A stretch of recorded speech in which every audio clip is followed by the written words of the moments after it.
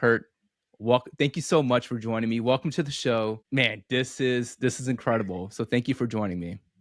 You got it. Thanks for having me on. I'm glad you reached out. You never know how you connect with people in life. I love social media and the platform and the ability to be able to connect to people. So I'm glad somehow, some way, was able to see your tweet, and we were able to get hooked up. I saw that you started following me, and I wanted to make sure it wasn't the Rams running back Kurt Warner or the Penn State. I was like, is this? And I know he spells it with a C. But You know what's funny? I can remember when you burst into the scene, 98 or whatever. I can remember watching the ESPN stats back when, the Sunday Countdown would have all the shows and all that. And they spelled your name with the C when they were showing like the passing yardage and all that stuff. But hey, first and foremost, again, thanks for joining the show, and happy early birthday. I know your birthday's coming up, and it's the same day as my nephew's. That's how I know that. Okay, gotcha. Yes, June's a big month. My granddaughter, my wife, myself, my daughter-in-law. So we got a big stretch here coming up in the next couple of weeks. Yeah. So what do you go by are you like Papa Kurt or Grandpa, or what's your? I am Poppy. So okay. my wife just said, "There's no way I'm old enough to be a grandma." So so she came up with some names early on. So we are Poppy and Cha-Cha, and so that's what we've instilled in the grandkids, so that it's not grandma and grandpa. We just we don't want to feel like we're that old yet, even though we are. Are you already telling the grandkids stories like back in my day? I was the guy, or I was the best. They're a little too young for that. And so I'm sure that will come, as they grow up. And right now we're still pretty cool just being Poppy and Cha-Cha. So we don't have to try to embellish any stories to make ourselves cooler. But no doubt, 7 and 6 right now. So there's no doubt that it's coming, that they're going to outgrow Poppy and Cha-Cha and go, okay, why do I want to spend time with them? So we're going to have to make ourselves pretty cool at some point. Actually, before we move further, it's really important to me that you're actually my second favorite quarterback of all time, and I hope you ask me who my first one is.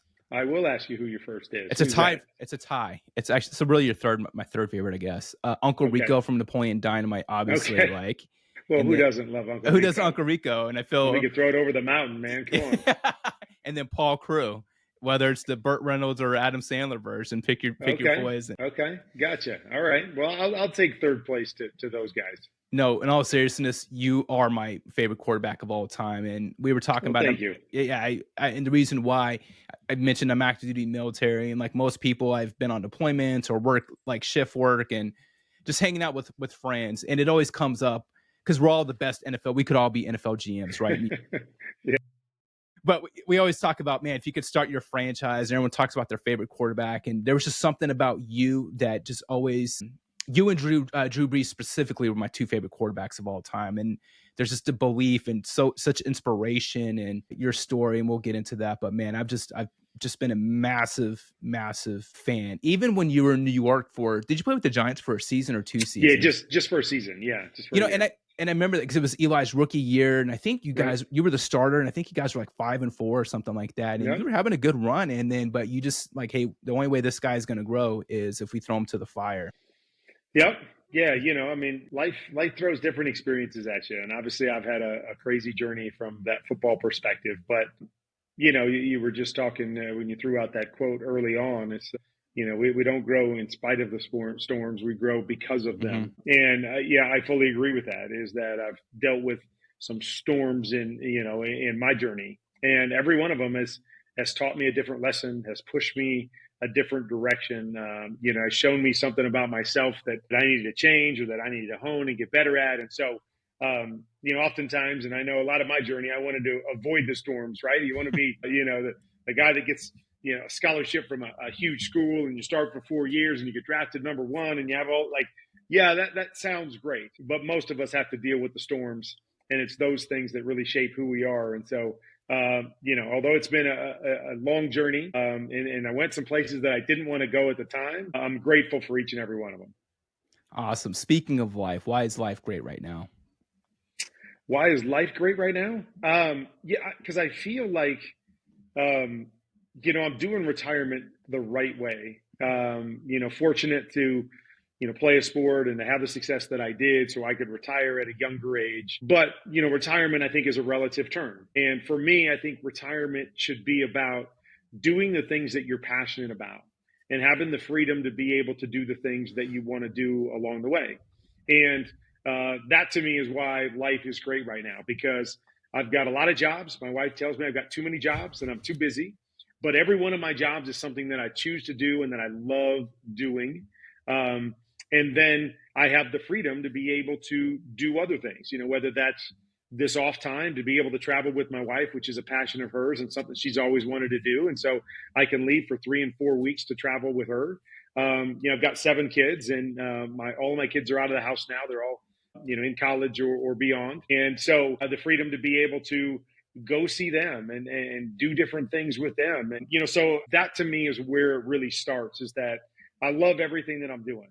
There's not something that I feel like I'm forced to do at this stage in my life, that I get to choose what I want to do. And that to me is what retirement should be. It's the freedom to choose the things that you want to do. And so that's awesome. And then I just, I'm in a really good place. And, whether that's in my marriage with my wife or just, with our kids, being able to watch our kids and have a relationship with our kids and be able to watch them spread their wings and do their thing. All of them are different.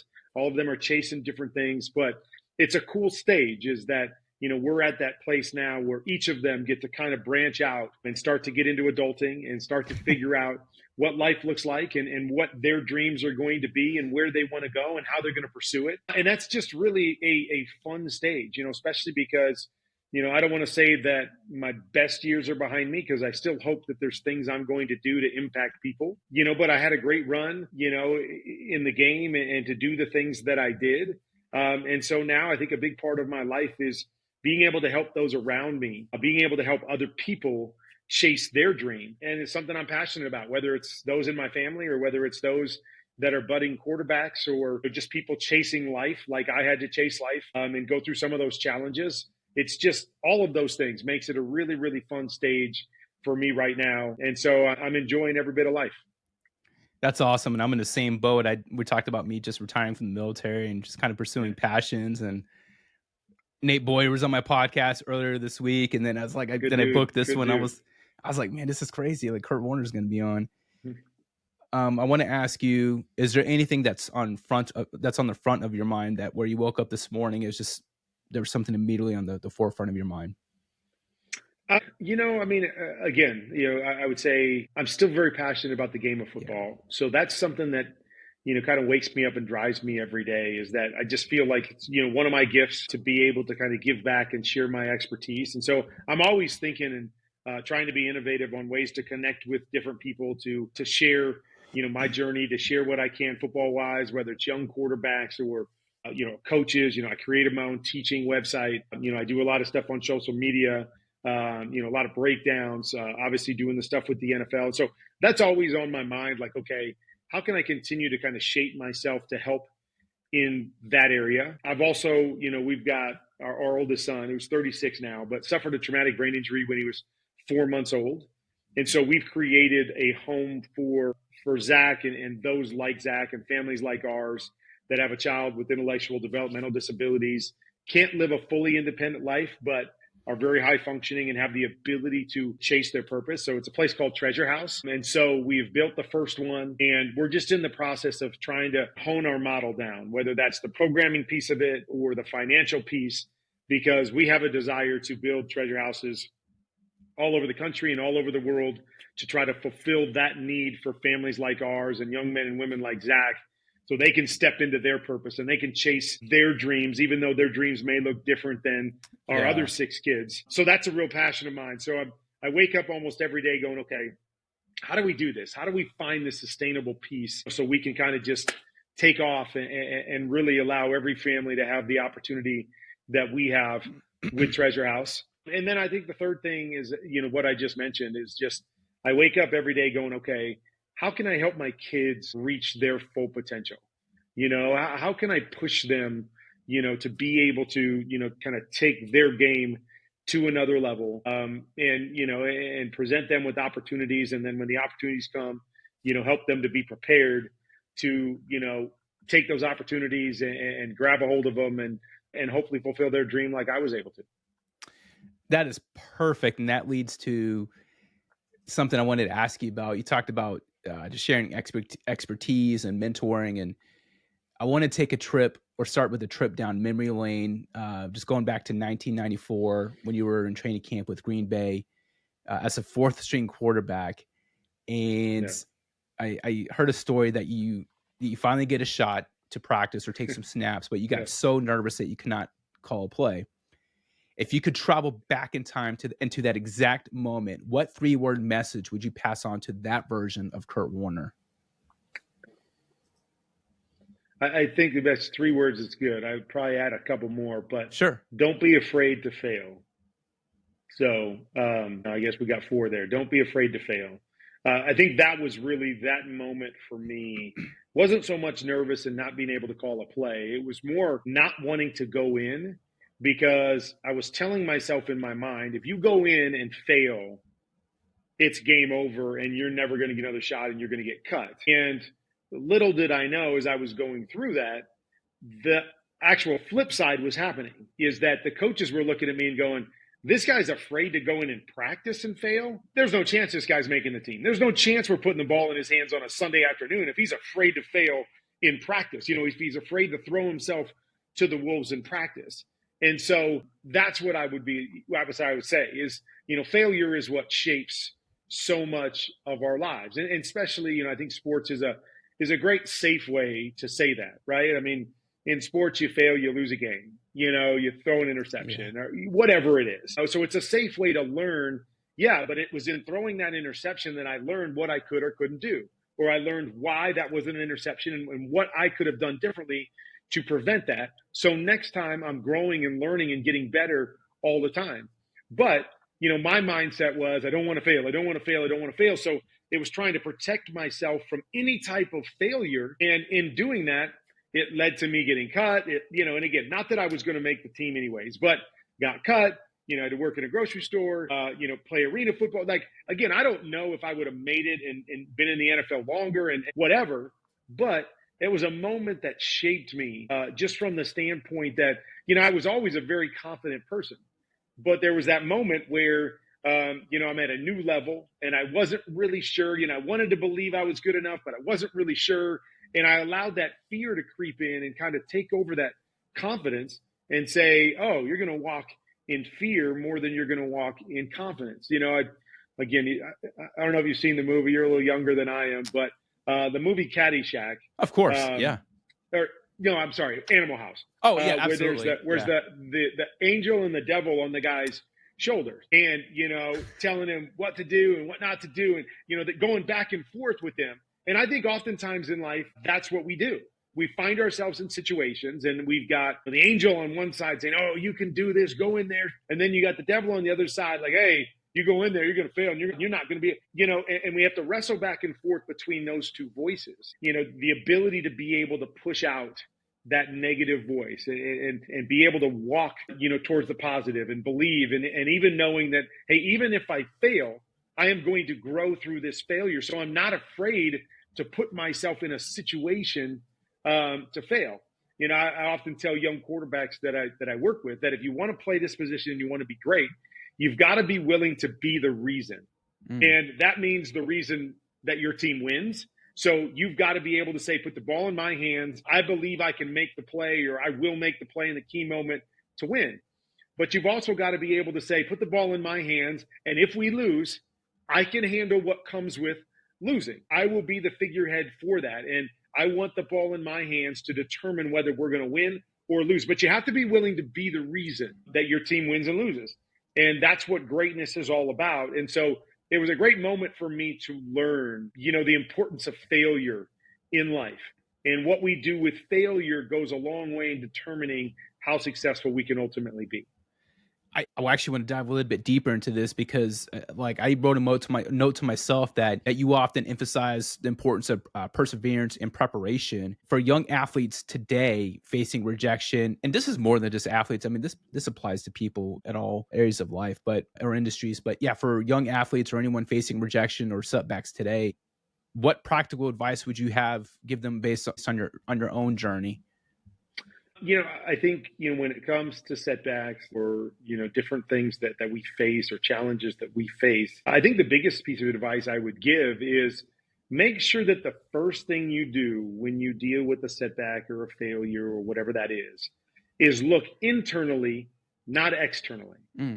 I think a natural thing for us to do is to point fingers at something that's outside of ourselves and say, well, the reason I failed was because this person didn't recognize my talent, or they put me in a tough situation, or blah, blah, blah, whatever happened. And we want to point the finger elsewhere. One thing that I think I learned in my journey is that I always wanted to look internally first. And I always wanted to look at my ownership in any failure as the very first thing and the most important thing is, okay, we didn't win this game. What did I do, or what didn't I do to help, my team, or to allow me to be the best version of myself? And that doesn't mean you can't, just looking at a football game, doesn't mean you don't give credit to another team, because after you scrutinize and look at yourself and you say, you know what, there's not a whole lot I would have done different. I tip my cap to the other side because they played great, or they made a great play, or they did this or they did that. To me, it was always about looking at things internally and saying, okay, I got cut from Green Bay. I'm working in a grocery store. Why? What is it that I haven't shown people, that I haven't done, or that I'm not good enough at right now, that I need to improve on, so if I get another shot, I can be ready and I can be successful? And that, to me, is the biggest piece of advice I would give everybody. When failure comes, don't look to pass blame first thing. Look to take the blame and to take ownership and be realistic with yourself on, where are you? Where did I mess that up? Where could I have been better? How can I improve as an individual so the next time around when this happens, I don't make that same mistake again? That was something that I tried to do and tried to apply in the different steps that I took, instead of the opposite. It's funny. I work with a guy on my show on NFL Network on game day morning every Sunday, Steve Mariucci, and he was actually the quarterback coach at Green Bay when I was there in 1994. And so, all the time we have fun with him. And it's like, you cut me. Like, you cut a Hall of Fame quarterback, Mooch. What do you know about quarterbacks? And, we have a lot of fun with it and joking around. But, I remember like the first time I said that to him, and his automatic response was, no, you cut you. And it's so true. Like, again, we have fun on the show where I try to blame Mooch, but he's so right. Moments like we just talked about, that's why I got cut. Those were the things that led to me getting cut. And so when he says you cut you, he's 100% right, that it was about me, and it was about what I didn't do, or how I wasn't prepared, or how I lost confidence in a moment and how that affected my performance. Those were the things that got me cut. And again, I just think it's an illustration of how important it is to be realistic, to be able to have a realistic viewpoint of who we are, what we do well, and maybe where we fall short and where we need to get better. So we're not always just pointing the finger and pointing the blame at somewhere else, because when we do that, that's what stops us from growth. That's what stops us from becoming the best version of ourselves that we can be. When we just say, hey, I was fine, I was perfect, it was everybody else, now we're just going to be stuck in sand and we're not going to be going anywhere. I love just the mindset that you have. It actually makes me think of Kobe Bryant, because I'm a huge basketball fan too.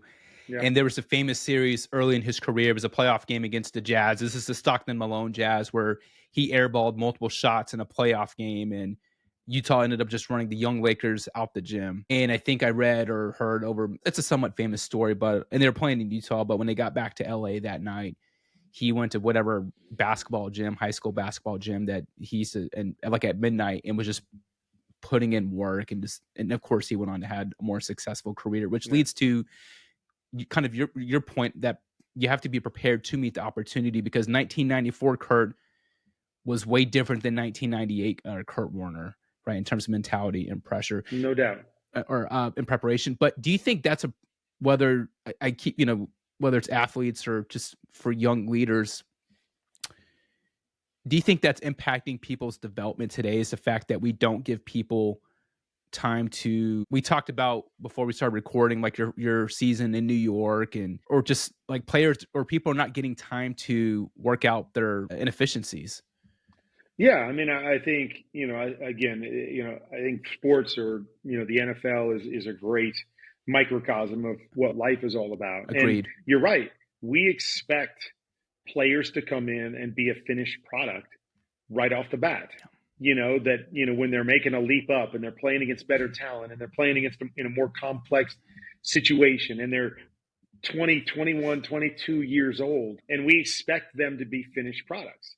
And, we've lost our patience with the idea that, hey, greatness takes time. Not every great player shows up, year one and is great and win championships and do all of that stuff, that it takes time to grow and season. And it takes experience that, again, I can't get acclimated to the NFL game until I play the NFL game, till I understand the speed and the complexity and I understand what I'm capable of doing. And, maybe I grow in certain skills that I didn't need in college, but now I need in the NFL. And so it takes time to develop those things. And so, yes, I think, life, for whatever reason, we're trying to force people to have to know and be way sooner than we had to know and be. Yeah. Because we had patience with people going, hey, we're going to give you a shot and we're going to grow you along and we're going to put you on the practice squad, or you're going to be the backup and you're going to get time to acclimate to this so that when your time comes, then we know you're ready, instead of just throwing you out there and assuming you're ready. I think a great example is, just recently there was, the article about or the book that was written in regards to Caleb Williams. And there was some, quotes that were being thrown around of Caleb, kind of going, hey, they didn't even tell me what to watch on film. They didn't tell me what to do, and I think that's a great cautionary tale for all of us, is that, I think there was a couple things at play there. There was the one side, the coaches, just assuming, hey, this guy has been great in college and we drafted him number 1 overall and he sounded really good in all of our interviews. So we just assumed that he knew it all.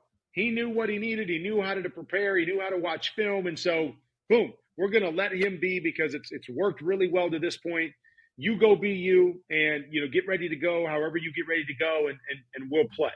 And so for the first side, it was the coaches just assuming whatever they did about Caleb Williams, where they didn't take him and teach him and really bring him along and grow him, in the areas that he needed. And then there was the other side, that's Caleb Williams, that you come out and make these quotes after the fact. I can't believe that if you went into your building and your coaches and say, hey, I've never really had to dive in and watch film. Can you help me with this? Can you show me? Can you talk me through your process? Or, him reach out to me, or Tom Brady, I think he's got a relationship, and just say, hey, take me through your process. While I'm trying to figure out mine, take me through yours so at least I have a blueprint on where to start. And so, again, I think it's twofold. I think it's us expecting too many people to be more advanced and assuming that they know things or should know things that they've never been taught. And then the other side, like I said, not taking the accountability personally to say, okay, I know I don't know this. I need to find the answer. And I need to humble myself to say, I don't know, coaches. I don't know, blah, and seek out those answers. So again, if I know I'm not ready, I need to figure out how to get ready, because the organization or the situation that I'm in, the team that I'm on, is expecting me to be ready and to live up to some certain standard. And so I think it falls on both sides. But I think you're 100% right, is that, for whatever reason, we're expecting, kids to be more grown than they used to be, than they had to be before. And our expectations are so much higher on them. And I'm sure there's part of it because they have access to so much more and all of that stuff. But still, to me, it's like there always has to be room for a learning curve for guys that are new to a situation, right? If I was taking Kurt Warner from the Rams to the Cardinals, okay, I'm going to expect Kurt Warner to be seasoned and ready to go as a Cardinal because he's spent time and done it at a high level and obviously done this before. Boom. If I'm taking Caleb Williams from college and I'm moving him up a level and I'm moving him up complexity and I'm moving him up in a lot of different areas, I need to say, okay, I know there is going to be a transition period here, just like there was, I'm sure, for every coach that was out there. They didn't just jump into the coaching role and go, oh, I got this. I know everything. I've never had to learn it. No, you grow into becoming better. And so I think it's so important for us to be able to, again, nothing wrong with having high expectations, but we also need to know those expectations. We've got to leave room to reach those expectations if they're not there right away, because we have to just believe that, as you take every step and you move to the next place, there is things you're going to have to learn and areas you're going to have to grow in before you reach what we might call your ceiling or your full potential. Do you think players today they know this, but they're just afraid to admit it and ask for help? Just because if you think about, I'm a Bears fan, by the way, so it resonates with me when we're talking about Caleb Williams. But we see, year after year, we see these quarterbacks, especially quarterbacks, drafted number one or in the top 3 every single year. They're the franchise player now, and they're 22 years old. And typically these high draft picks are, for the most part, were All-Americans in college, or they were, Mr. whatever of state. So it's kind of like they've been the big man on campus for a long time. But yeah, do you think that's a issue that's not talked about enough, is maybe the ego getting in the way of asking for help? Yeah. I mean, no question. And again, I don't want to just say it's this era versus any other era. You and me, we're both men. One of the hardest things to do is to admit that you're wrong, or admit that you don't know something, and you need help in a particular area. And then when the expectations are high on you and you know what people expect of you, it's even harder to say, well, I can't meet your expectation because I don't really know this, or I don't understand that. Humility is a hard thing, especially when you've had a great level of success, right? It's always tough when you've been at the top and been one of the best, to admit that you don't have the tools to be the best, at the next level, or where you're at right now. I think that's always a hard thing. And I think that's always a wrestling match as well, because we want to project that we've got the answers and that we know and that we're ready and that, nobody has to worry about us, and it's part of, leadership, both sides of it is, the first is to be able to instill that confidence in your group that, hey, I got this, I can lead us. But I think it's always important in leadership also to go, hey, but I don't know everything. So, where I have a shortcoming, I need you guys to help me out. I need you guys to fill in the gaps. And, that can make a better leader as well when you humble yourself and you take accountability. But it's just a hard thing for all of us to do. And I just think that the higher the level of success you have, the harder it is in a lot of situations to admit that you don't have the answers, because the higher and more successful you are, the more you're expected to already have the answer. Well, you've been this good, you must have answers. You must know everything. And so when somebody looks at you that way and you go, I don't, it can be a scary proposition to look somebody in the face and do that. Again, I just think it's all, if at the end of the day, you're trying to become the best version of yourself, you have to understand what you don't know, right? You've got to figure it out. I often use that phrase, that old adage, you don't know what you don't know. Yeah. And I truly believe there's a lot of us that are like that, and again, I'll use this Caleb Williams situation, even though there may not be any accuracy in what I'm saying, but, Caleb, it could be very easy for a Caleb Williams to go, my gosh, yeah, I know how to prepare. Like, I've been doing this my whole life. Like, won a Heisman Trophy. I'm one of the bbest players in college football. Everywhere I've been successful. Yeah, I'm good. I know what I'm doing. Yep. And then all of a sudden you find yourself in a situation and you pop on the film and you're watching film just like you did in college. And you're like, hey, this must be good enough because it was good enough in college. And they don't know, and they may not know it's not good enough. What they're doing and how they're preparing and what they're watching doesn't correlate the same way at the NFL level that it did at college. But until they know that, they're not going to do anything different, right? They're not going to look to do any different. They're not going to think they have to do anything different. And so being able to recognize what we don't know, to figure out and know what we don't know, I think oftentimes is the first step to that humility, is to be able to recognize, oh my gosh, I'm going to sit down with this veteran and my gosh, look what he's doing. And look what else he's doing. And look at how he's, oh my gosh, I never even thought of that stuff. That wasn't even, on my radar. I would have never in a million years done that had I not seen this person. But we've got to seek out those things that we don't know, or those things that we can't do, or those things that that we need to know if we're going to be the best version of ourselves. And so, we can't get stuck in the, I don't know what I don't know. We've got to seek out and make sure I know everything I can possibly know, because that's the only thing that gives me the chance to be the best. Man, I love that. And it makes me think that I probably watched your Hall of Fame speech about 15 times over the past week. And actually, like, going back, that's a good point too. Like learning to be a pro, because even when you're in Green Bay, people think, oh, he's competing for fourth string. Well, the starter was Brett Favre, who played in like 5,000 straight games or whatever. Yeah. And then the backup is Ty Detmer, and people sleep on Ty Detmer. They don't realize how good he was, especially coming out of college, and right. Mm-hmm. And then Mark Brunell, who went on to be a starter, very successful in the NFL. But again, like you talked about, just humility and searching for answers and having that confidence. In your speech, you spoke about the power of faith during your journey. How did your faith shape your mindset during the toughest points and like stocking shelves at a grocery store before making it to the NFL? Yeah, I mean, different versions of that faith. I mean, faith in, my Lord and Savior, so understanding that he had a purpose for me, in life. And so I think that's where it started, is chasing after that purpose and, trying to live my life in such a way that reflected that purpose. And so I think faith helped to direct me there in terms of character and work and belief in, in that bigger picture. I think there was personal faith, that I was always very confident.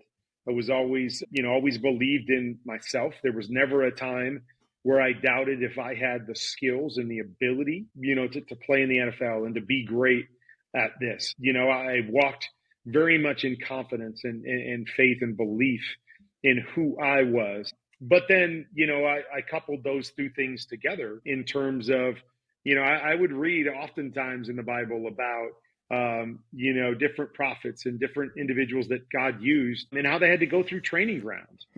They had to, Elijah, we named one of our kids after Elijah, and Elijah had the time where, he was kind of out on his own with the raven and trying to figure out, okay, what's God trying to teach me in this time, so I'm ready for when he calls me.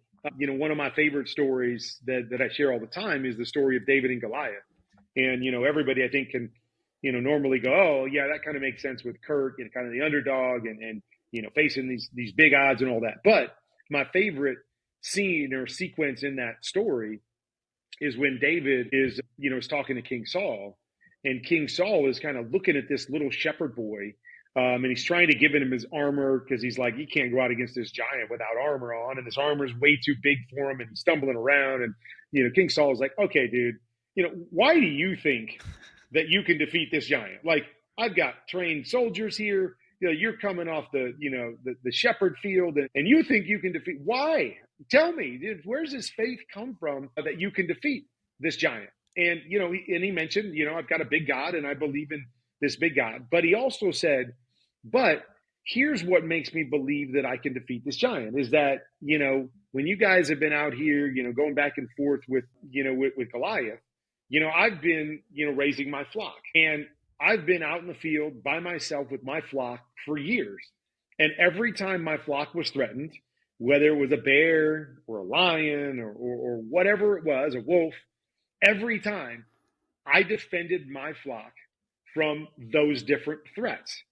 And so every time one comes, I believe, okay, it's going to be like the last time. I am going to defend my flock from whatever threat is out there. And so when he got to this battlefield, he's like, okay, my flock is the people of Israel, and here's the giant, here's the threat.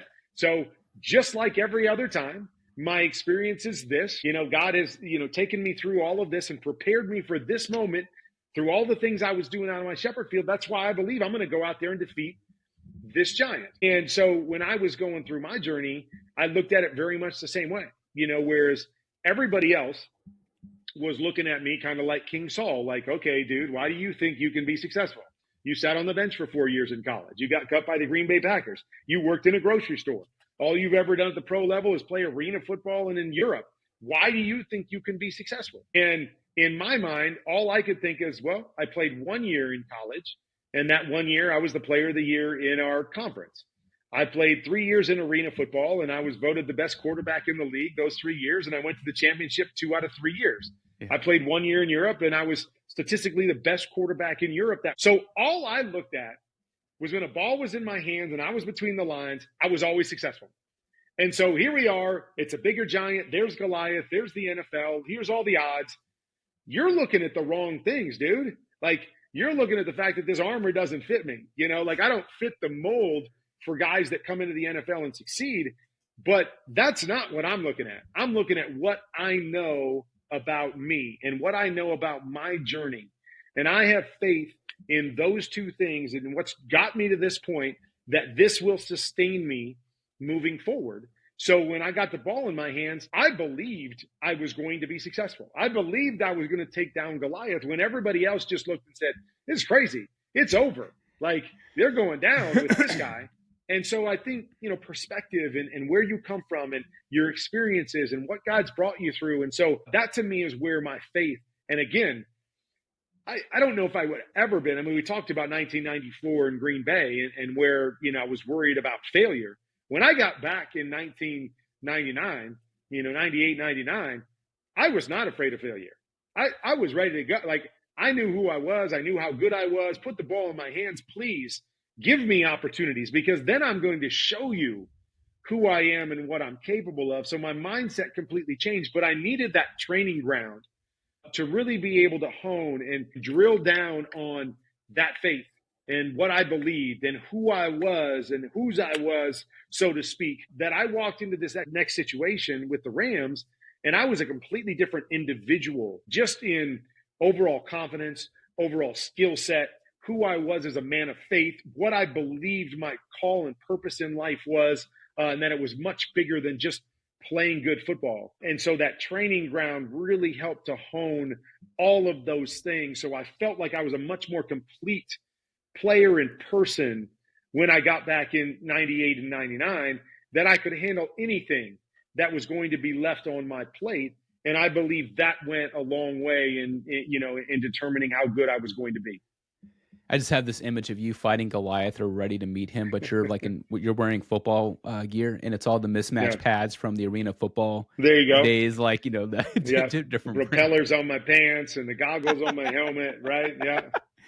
Walk into an NFL stadium with all that stuff and people looking at you like, what is this joker? What is he doing? You know, it's funny, like, too, like we talked about, we don't realize what God, you know, what we're being set up for in the future. Because if, like, the NFL shifted around that time in terms of really because of the Rams, but in terms of like the style of play, it started to become more of a passing league, right? And if you think about it, the Arena Football League, it was kind of made you ready for that with the right. smaller field or whatever and like quicker pace. Right.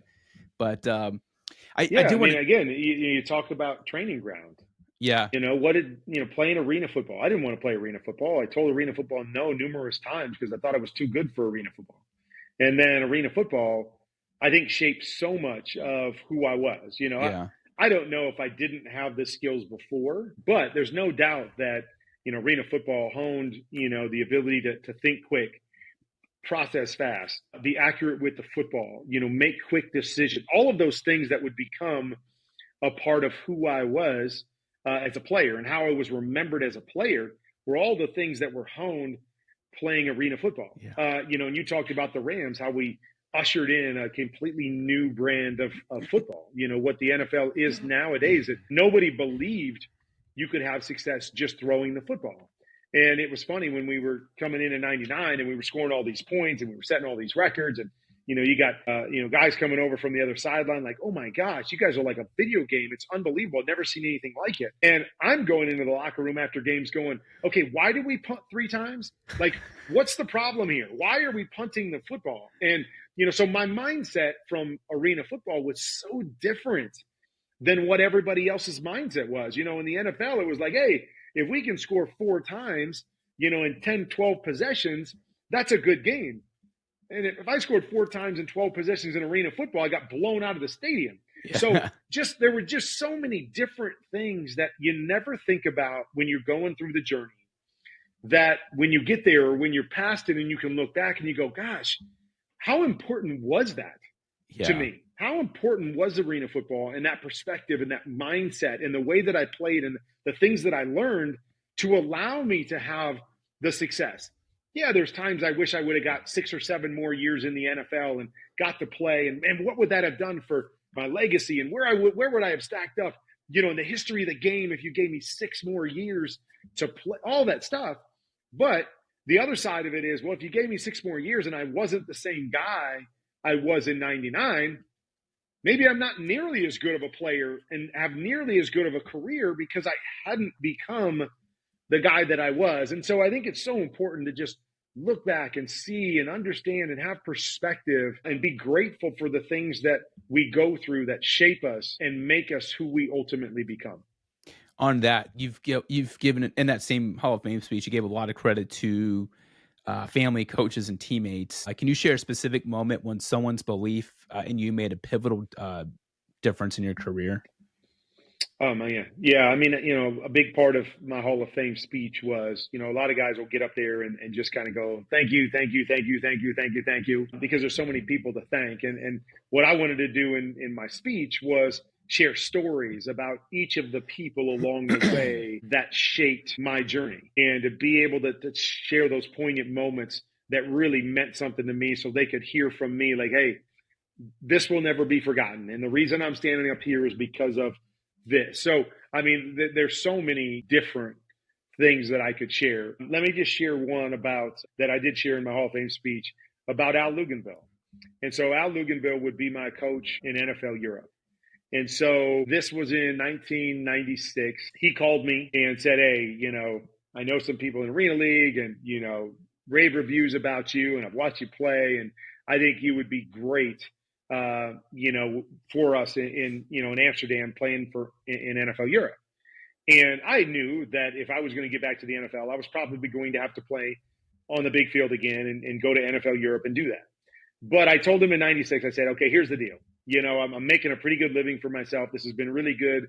I can able to take care of my family and play this game that I love. And I'm just not willing to give that up unless I know for sure I'm going to get another chance with an NFL team. So if you can get an NFL team to try me out and sign me where I know I'm going to get to training camp with them and just have another shot to compete, then I will come play for you. And he goes, okay, all right, deal. So he went and did his due diligence and called everybody he knew around the league. And he called me back a couple weeks later and he's like, okay, Kurt, we would love to have you play for us, but nobody in the NFL is interested. And I'm like, Al, I would love to come over and do this, but if it means me having to give up what I have here and I lose this, I'm going to have to pass. And so, we hung up the phone and I thought, I'm never going to hear from him again. And then ironically enough, he called me back a year later and gave me the same spiel and asked me if I would come play for him. And I gave him the same spiel. I'm like, Al, I'm even in a better place now than I was a year ago. But if you can get me signed with an NFL team, I will, I will come play for you. And so he went back. And again, as the story goes, he called 12 different NFL teams and nobody was interested. He actually had an office in the St. Louis Rams building because, at that time, certain teams could allocate players to NFL Europe. So his team was one of the Rams team was his team. And so they would allocate teams to him. And so he had an office there at Rams Park. And so to this day, different people will share different stories with you. But I know, at least I'm pretty confident, that Al basically went to the Rams and Coach Vermeil and just said, hey, do me a favor and bring this guy in and sign him. And he can be your 4th quarterback in camp. But if you sign him, he'll come play for me in Europe. And, and I'll get what I want and he'll get what he wants. Yeah. And, and we'll just see. And so I believe as a favor to them, because I went in and they brought me in for a tryout. I had the worst tryout of my life. I had broken my thumb at the end of the Arena League the year before. And so I couldn't really control the football the way that I wanted to. And I always, that was always my greatest strength was my accuracy. And I didn't feel like I was on the top of my game. And so I remember leaving. I wasn't even out of Rams Park yet. And I called my wife and I'm like, I blew my last opportunity. Terrible, terrible tryout. I blew it. And of course, they called me a few days later. And again, this is why all of this stuff leads me to believe that as a favor to Al, they're like, hey, we like what we saw. We want to sign you to a contract and bring you to training camp. And I'm like, okay, done deal. I'm in. And so, thanks to his persistence and what he saw in me, and even if it was as a favor, like sometimes I don't care why I got into Rams camp. I didn't care what they were doing. The bottom line to me was, hey, they can do this for whatever reasons they want. But if they're bringing me in, they're going to get a chance to see me because I'm going to show them what I'm all about. But it was thanks to Al's persistence. And even after being told no, that he didn't give up and he gave me another shot. And it would be that shot that would ultimately lead me back to the NFL and, and on to the career that I had. And so, so many people along the way in the journey that gave me chances like that and gave me opportunities and were willing to be persistent or be patient with me. And without those people, I'm not where I am today. I wouldn't have had the career that I had. And so, that was so much what my speech was all about, was being able to recognize them while in the midst of that sharing stories with people. The ultimate theme, as if you listen to it, was about moments, and life is about moments and what we do with the moments we've been given. And that could be either side. That could be Al's side. He had a moment, and what he did with that moment, the persistence to say, hey, I like this guy. This guy deserves an opportunity, and to stick with it. And then, for me, when I got those moments and when I went to Europe and to be able to play and seize those opportunities, but life is about those moments on both sides, giving people opportunities and having patience. And what do you do when somebody does give you an opportunity? And so my speech was very much kind of layered with those different moments that shaped who I was, some moments that other people took advantage of, some moments that I took advantage of. That ties into, in your speech, you talked about the importance of uncovering value in being my someone. As a follow-up to that, how do you, like in a business dominated by head decisions, how do you instill the importance of following the heart? Yeah, I mean, I think both things always play into life, right? My head wants me to do this, my heart wants me to do that. And I think it's important to weigh all of those factors. I don't think it's always, hey, you always got to vote with your head. Oh, you always must choose with your heart. Because emotions can sometimes get in the way of us making good decisions. So I think all of it has to play in. It's like analytics now, right? I mean, the analytics say, do this. Well, I think sometimes you've got to understand the momentum in a game and what's going on. You got to understand your players, and you got to go, okay, then analytics say this, and I might most of the time do this. But right now, I got to go this direction.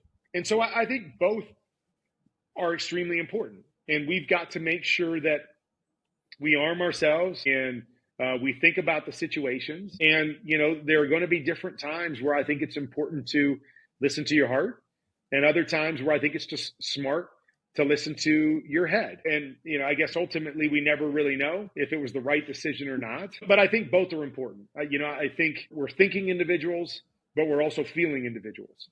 And I don't think we can neglect either side of that. And just run off in one direction. I think like everything, you take in as much information as you can from as many different ways as you possibly can. And then ultimately, you take all of that information and say, okay, what do I feel is the best situation or the best decision in this situation? And then we make it. But I think both are vital. And I think if we push ourselves too much in one direction or another, we're going to miss some critical factors and experiences in life that none of us want to miss. What are some less obvious reasons you achieve success in the NFL? Some less obvious reasons.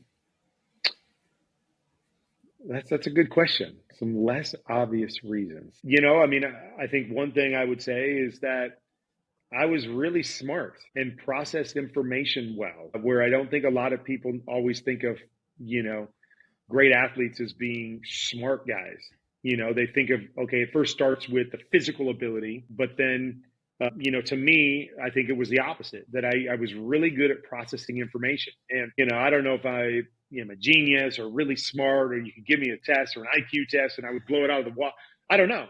But in the area of football, I was very, very smart. I could see and process information really, really quickly. And so I think that was one of the reasons. And, so you say less obvious. I'll just kind of give you an example that maybe fits what you're asking. So in the off season, really throughout my life, but specifically when I got to the NFL, I rarely picked up a football. And so this is why I say it's less obvious, because most people would think, okay, this guy was one of the most accurate throwers in NFL history. I'm sure his offseason was filled with him getting a football and taking drops and making different throws and working on his technique and all of that stuff. And I rarely did that. One thing is I knew I had really good technique. I knew how to throw a football. Throwing more footballs against air was not going to make me better. But as I just said, what I thought separated me was my ability to process, my ability to think in chaos and see different things in chaos. So my off seasons were filled with competitive things that I could do. Like, again, you never get to do 7-on-7 every day in the off season. I can't get bodies out there to read and make decisions. And so for me, it was like, how do I put myself in as many situations as possible where I have to think and see and assess and process? So I played a lot of basketball. I played a lot of racquetball. I did different things like that. A lot of like games where I had to think fast and react and see bodies and assess different things. And so that's why I say a less obvious thing is that most people probably wouldn't think that. Like, okay, maybe you play basketball so you could get in good shape and work your feet. I was actually doing those things for my mind and for processing. And so I could see and feel, and the spatial awareness and the understanding of what I needed, just in terms of feeling it and moving in the pocket and doing all of that stuff. And so my off-season routine became more about, okay, how do I do things that are all about processing and thinking fast, not about moving fast and throwing fast. It was the other thing. And so I think that's an example of maybe a less obvious thing that I was doing. And I was thinking, every time I went into an off season, if I'm going to get better, I need to get better in this area. I need to process better. I need to feel things. I need to see it. I need to assess situations and be able to handle all of that chaos the best I possibly could. And the physical part of it was way, way down on the list in terms of the most important things for me to be successful.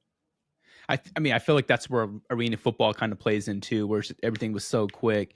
Another great answer you could have said, just in case someone else ever asks this question again in the future, if you really want to mess with people, we could say I played lots and lots of Madden, just nonstop. I would stay up till 2. No, I'm joking. Yeah, Madden wasn't my thing, but I will say that I did play a lot of thinking games. Yeah, something like just I don't even know, but just like Trivial Pursuit or something, or just like a just thinking, or even just if it was like a puzzle game on my my computer or my phone, something where you just had to see and react, and how quickly can you do that? You see all those things now. That's a great point. The higher level, like there's a bunch of lights and it's like react and hit the lights. I guess the games that I was playing were kind of like that, where it was see and react, try to anticipate, do that sort of thing. So although I wasn't playing Madden, I was doing a lot of things like that, playing different games or challenging myself mentally as much as I possibly could, as kind of my way, even in downtime when I'm sitting on the couch, to continue to hone my mental skills. No, I love it. I play Clue with my daughter a lot, and it's just to get some critical thinking. Yeah. I want to transition to some much lighter topics and just ask you miscellaneous questions. There's no rhyme and reason. These are meant to be fun. They're going to be kind of all over the place though, but I want you to quickly process all this stuff. No. Okay. All right. What's something you're doing now you wish you would have done more of 10 years ago? That's a great question. I would just say, kind of advancing, my thought process in terms of different endeavors. When I was playing football, it was all football. And I wish I would have dabbled in some different things. Like you see some of these guys, podcasts and creating different, platforms and doing different things. I'm trying to engage a lot more in that now where, I wish I would have done it 10 years ago. It would have been cool to see where the platform was now had I started a decade ago. No, that's great. I appreciate that answer. I want to do a name game. I'm just going to say some names, just one or two Okay. words to describe the person. Al Luganbill was going to be one, but you already talked about that story. Coach Padlock. Coach Padlock. Persistence. Okay. Persistent. Larry Fitzgerald. Man, Larry.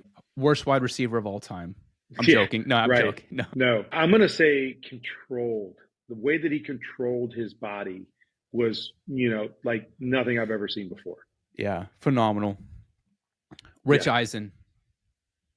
Man, master of, of all trades. Like anything he does, he prospers. He's good at it. I mean, he manages he's just the master of everything. And like Yeah. our show, like he just pulls it all together and gets the best out of everybody.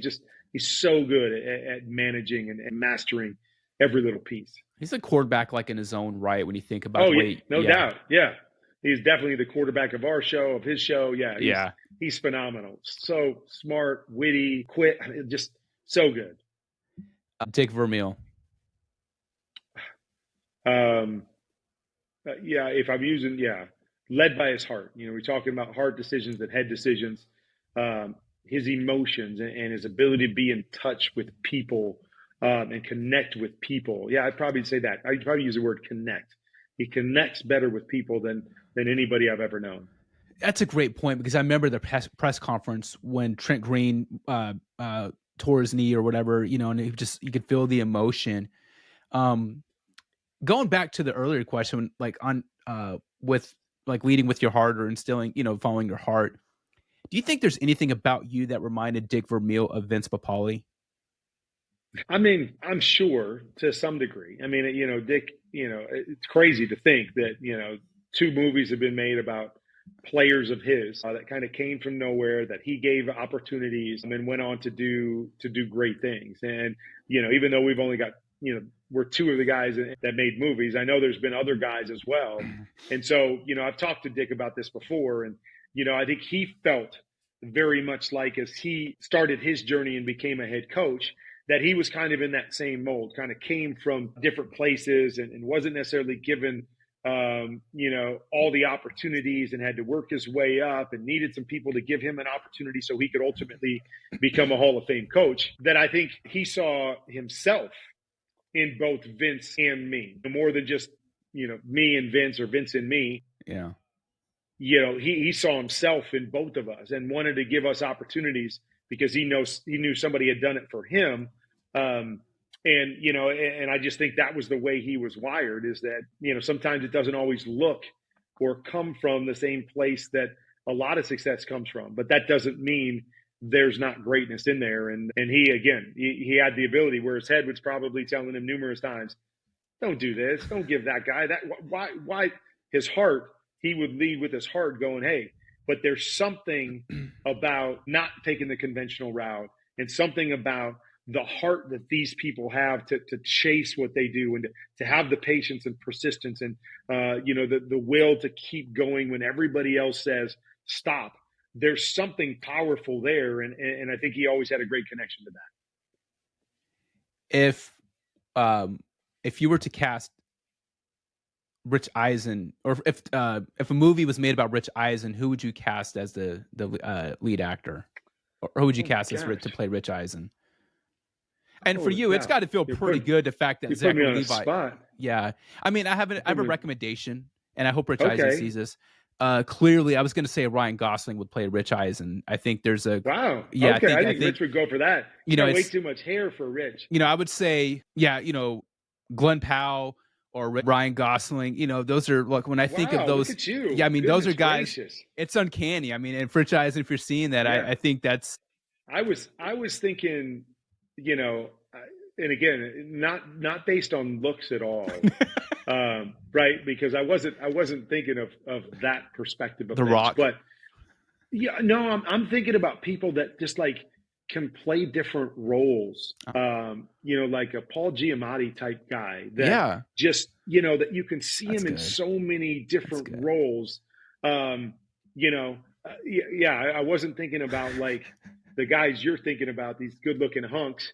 I'm thinking about the guys that are multifaceted in terms of their acting. And, you could see them in all these different shows. And again, I'm not a huge Hollywood guy, so I wish I had more, but I got one. I know him when I see him, but it's like, man, this guy could play any role that you ask him to play. He could be the lead. He could be the secondary guy. He could be managing everything from behind. So he's really the star, but he makes everybody else look like the star. Like that's the kind of actor that you need to play Rich Eisen, because he can be all of those different things.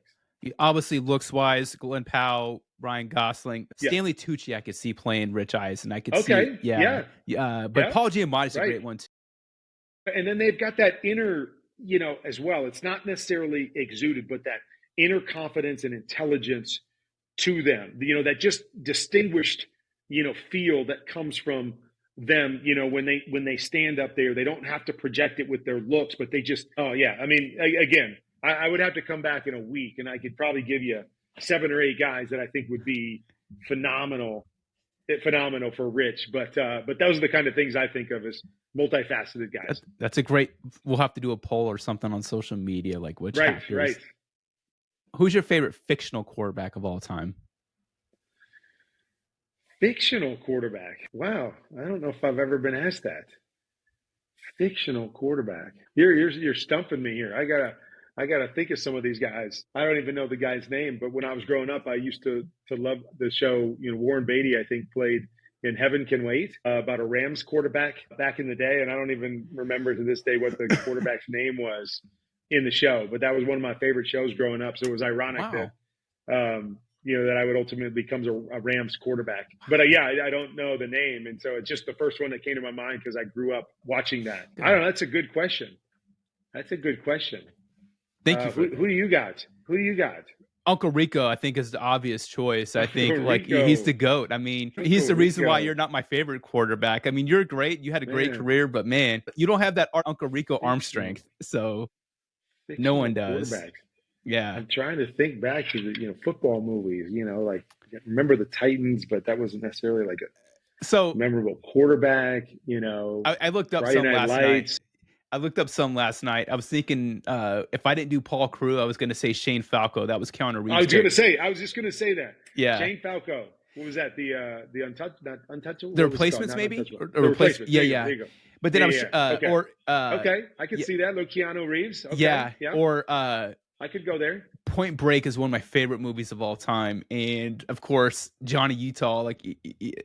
Keanu again, of course. Yeah.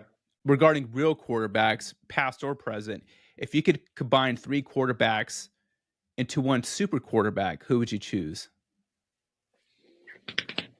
3 quarterbacks into one super quarterback. Okay. I would take, I'm going to exclude myself.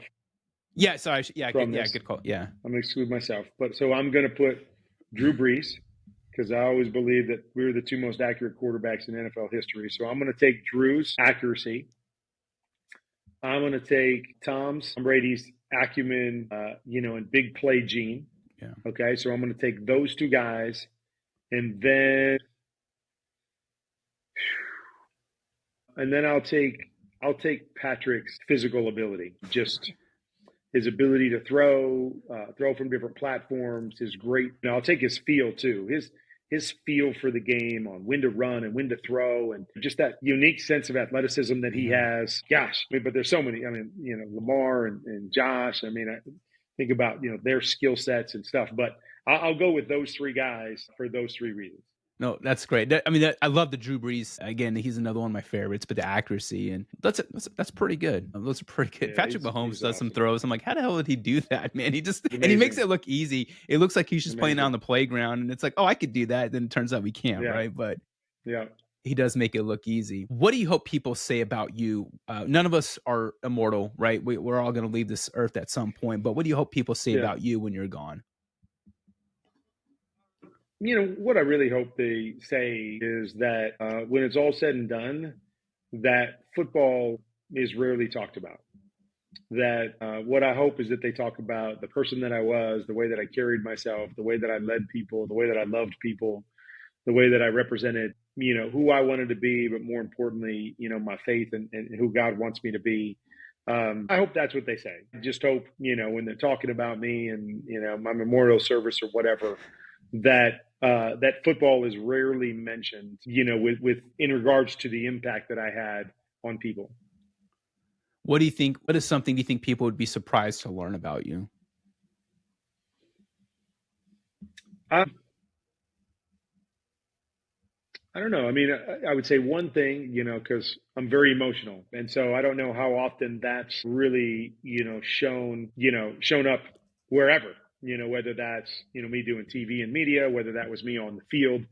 But I'm a very emotional guy. And, that can be, crying at a commercial. That can be anytime I'm talking about my kids, tears coming down my face. Or that could be me playing pickup basketball and screaming and hollering and making a lot of noise or getting fired up. That fire inside of me and that emotional side was something that I always kind of tried to curtail when I was playing quarterback because I felt it was needed. But it's something that comes out all the time in real life. And I think it would surprise people if you told them, hey, he gets fired up and he'll holler and scream or he'll cry at the drop of a hat.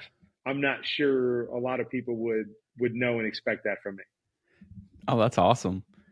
The last couple questions, just as we're wrapping up. If there was a giant billboard with your picture on it for the world to see, and everyone had to read it, where would you want your billboard to be, and what would you want your billboard to say? Great question. I mean, first place when you said where it would be, if it had to be like in a specific, location on Earth, I guess I would want it to be in Times Square, where all the lights and millions of people are walking every single day and 24 hours a day, on one of those buildings represented. What would I want it to say? I was lucky to do the Got Milk campaign years ago in my first Super Bowl. And so I think it would say like one of two things, like got Jesus or got love. Just one of those two things that I want people to know me for the way that I love people and, in every way, shape or form, every facet, every corner of life, no matter what it was, whatever religion, whatever race, I want people to remember me for just loving people for who they are and how God created them. So, on the spot, thinking about it quickly, it would be something like that. Last question is, what is one piece of wisdom you would pass on to the next generation of people to help them light their own torch and carry it forward? Okay, the piece of wisdom I would give them was probably the greatest lesson I'd learned through my journey. And it came in college when I was sitting on the bench for 4 years. And I had a friend go up and ask the coaches on my behalf why I wasn't playing because I felt I was the most talented guy in the room and blah, blah, blah. And I'll never forget, he came back down and the coaches told him the reason I wasn't playing was because I was not very good in practice. And I felt very much like Allen Iverson, like practice, like we're talking about practice, like not a game, not a Super Bowl, not, the playoffs. We're talking about practice. And so that's kind of what was going through my mind when that was said. And I left and I was kind of like, what a dumb excuse that is, blah, blah, blah. And, over the course of the next couple of days, I started thinking about life and specifically from a football perspective. And I got to thinking like, okay, man, in college, we played 12 games in 365 days. In the NFL, we play 16 games in 365 days. And so what I was starting to realize was, 95% of our lives are lived in practice. And the biggest impression we make on people, the way people can understand and really realize who we are is what we do every day in practice. And that's what the coaches were saying is that we can't really trust you with the ball in your hands on Saturday afternoon because we don't know who you're going to be from day to day. Like we don't see it. One day you might be great. The next day you might be awful, but we don't know.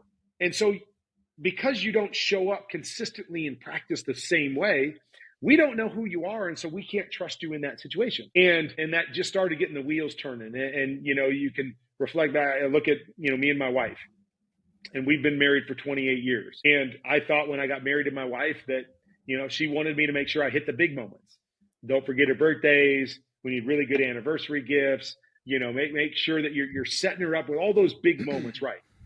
And I realized over 28 years, my wife loves those things, but she just wants to know who I'm going to be in practice. How are you going to show up every day? How are you going to love me every day? Whether it's good or bad, how are you going to feel towards me? Whether I've had a good day, bad day, whether we're arguing or whether we're in a great.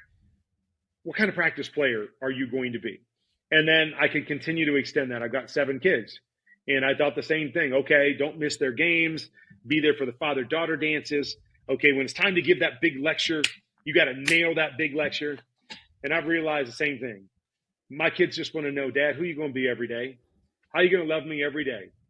Whether I got an A or whether I got an F. Whether I had a great game or whether I was awful. How are you going to love your mom? How are you going to love our mom every day? You know, what kind of father are you going to be every day? You know, how are you going to go to work every day? What is the reflection that we can gain from you that this is who our dad is? Yeah. Every day, this is what we see. Every day, this is what we expect. And so I think the greatest piece of advice I would give people is, what kind of practice player are you? That's, you know, to me, something that I ask myself every day is like, what kind of practice player are you? How are you going to show up today no matter what's on the agenda? Are you going to be the same guy? Are you going to treat people the same way? Are you going to go about your business the exact same way on a daily basis so people can come to expect something when they say, who is Kurt Warner? Kind of back to the legacy. This is who he is. Wow. We saw this every single day. We know that's what defines him. That is perfect. I want to end on that, Kurt. Is there any, that is, I'm so inspired. That is, I can't wait to clip that and share that with people. Man, that is so profound. Thank you for sharing that. That is the perfect answer. Do you have any parting thoughts, anything that you want to share or publicize or put out there, promote? I mean, I got plenty of things, but this doesn't need to be the place or the time. I appreciate what you're doing. I appreciate your service and all the service of all the men and women out there like yourself doing this on a normal basis for all of us. And I love that you're using your platform to spread positive messages and impact people. You know, I think we're in a special place in time where we get all these opportunities to be able to impact the lives of other people.